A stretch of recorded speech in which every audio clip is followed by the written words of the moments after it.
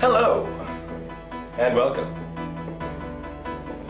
to the 6 o'clock news. Dentists have withdrawn their advice that people brush their teeth twice a day for 3 minutes, but instead recommend that those wishing to maintain dental hygiene brush their molars once a week, but with 4 to 6 toothbrushes as opposed to the more standard one. Experts say that plaque has become so advanced that it will actually evade one toothbrush. The plaque will move from one tooth to the next, essentially tricking people into thinking they have cleaned their teeth thoroughly. When using multiple brushes, the plaque becomes trapped and is then exterminated.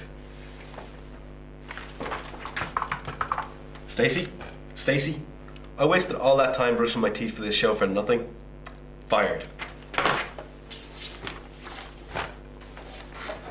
Riveting stuff, people. And on a lighter note, Beatles legend Paul McCartney has taken his vegetarianism ways a bit too far, some have claimed. He has managed to persuade a minority of the zombie community to cease feasting on human flesh and become vegetarians. I know it sounds ludicrous. I myself didn't believe it until I saw the following footage. Viewers who are easily distressed, look away. This is quite intense.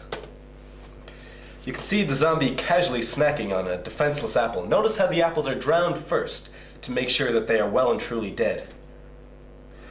You know, most people are unaware that a zombie cannot get its hands wet, so they must bob for their apples.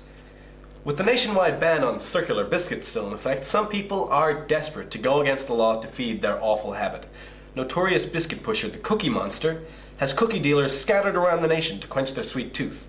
We have acquired undercover footage of a reporter handing over a large quantity of cash to a cookie dealer for a 200-gram box of Maryland chocolate chip, as it's known in the street. The cookie dealer is clearly identifiable by his branded clothing. Although he looks as though he has just woken up, we can confirm that this is simply the effect of the chocolate chips. The human body was just not meant to digest cookies, and we can see here he looks tired and disorientated. We had footage of a reporter actually being handed the contraband, but our cameraman Fikra recorded over it with footage of his niece playing the guitar.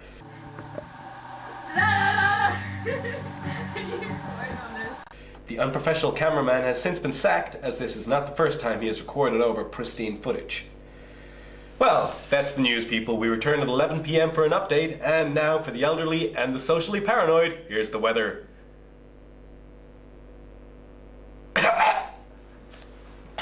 Now, over in the eastern part of Asia, we do not expect any weather at all. They never report anything to us, so we have no reason to believe that it exists over there. Australia, however, they frequently tell us how dry it is, but you know that they are largely descended from criminals, so we like to assume that most of what they say is a lie. So Australia is currently in the middle of a new ice age. Western America, the California region, we see frequently on the television. You will probably see it on prime time after the news is over. So there is really no need for us to report to you what happens then. And if you want to know what's happening in the North Pole, ask an Eskimo. I'm sure there is one near you now. There has been a lot of immigration lately. If you want to know what's happening in the South Pole, well, you're probably a penguin, and it's unlikely that you pay for your TV license, and very little of your funding is coming to us, so we have very little interest in satisfying you as a customer. And finally, Atlantis, ladies and gentlemen, no change in their weather this week, although we are hopeful for a nice sunny season. Thank you very much. I will see you on Thursday.